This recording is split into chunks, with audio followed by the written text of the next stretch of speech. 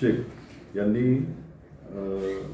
सिल्लोड विभागामार्फत ग्राहकांना prepaid meter बसवू नये यासाठी निवेदन दिलेलं आहे। तर या संदर्भात आपल्याला सांगण्यात येतं की सिल्लोड विभागामध्ये जे मुख्यतः हे प्रीपेड मीटर नाही आहेत, हे स्मार्ट मीटर आहेत आणि हे जे स्मार्ट मीटर आहेत हे आमच्या महावितरण कंपनीच्या नियमाप्रमाणे NCC जी हैदराबादची कंपनी आहे त्यांना याचं टेंडर किंवा कॉन्ट्रॅक्ट देण्यात आलेलं आहे आणि त्यानुसार जे काही गाईडलाईन्सवरून आहेत किंवा ज्या इन्स्ट्रक्शन आहेत त्याप्रमाणे ग्राहकांची नवीन कनेक्शन असेल, पॉलिटीमीटर असेल, गव्हर्नमेंट कंझ्युमर्स असतील, मोबाईल टॉवर्स असतील, या सर्व ग्राहकांची मीटर्स बसवण्यासाठी त्या कंपन्याला ठेका दिलेला आहे। त्याप्रमाणे त्यांना यादी दिली जाते आणि त्याप्रमाणे ते लोक मीटर बसवतात। साहेब, याच्यामध्ये एक जे निवेदन दिलेलं आहे की प्रीपेड मीटर बसून वेटिंग जरत आहे, असं काही नाही। हे स्मार्ट मीटर आहे, हे प्रीपेड मीटर नाही आहे। ही सगळ्यात पहिल्यांदा ही जी म्हणजे कॉन्फ्लिक्ट जे आहे हे ग्राहकांपर्यंत गेलेलं नाही, त्यांना ते समजून सांगण्यात आलेलं आहे। आता जे निवेदन दिलेलं आहे स्मार्ट मीटर म्हणजे काय नेमकं? स्मार्ट मीटर म्हणजे जसं आमचं आता ह्याच्यामध्ये डिफरन्शिएट करायचं झालं तर आमच्या कंपनीचं जे मीटर होतं ते पण स्मार्ट मीटरच होतं, हे सुद्धा स्मार्ट मीटरच आहे।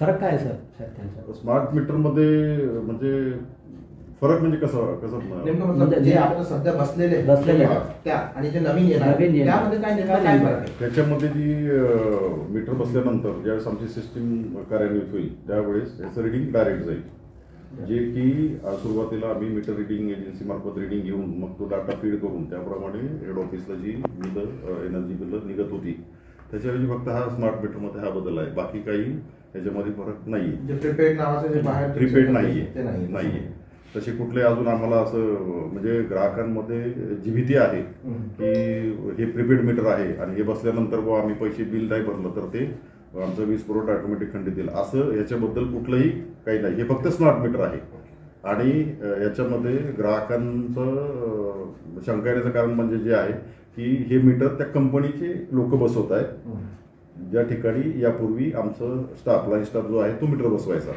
त्याच्यामुळे एखादी दुविधा निर्माण झाली असेल। परंतु हे प्रीपेड मीटर नाहीये, हे स्मार्ट मीटर आहे आणि अगोदर जो उल्लेख केलेला आहे मी त्याप्रमाणे पॉलिटीमीटर बद्दल सांगितले, गव्हर्नमेंटचे आहेत मीटर, MSCBचे आहेत, हे सगळे मीटर त्यांना बदलायला सांगितलेले आहेत। साहेब, हा मीटर स्मार्ट मीटर जे बसवून राहिले ते त्याची आवश्यकता आहे का? येस आहे।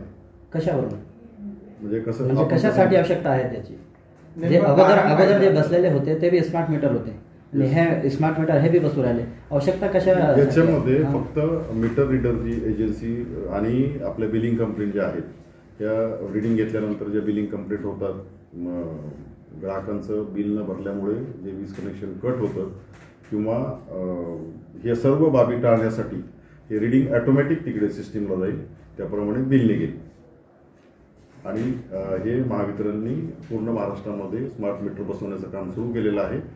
ज्याप्रमाणे ज्या ठिकाणी त्यांची एजन्सीची लोक आहेत तिथे त्याप्रमाणे मीटर बसवत आहेत। धन्यवाद।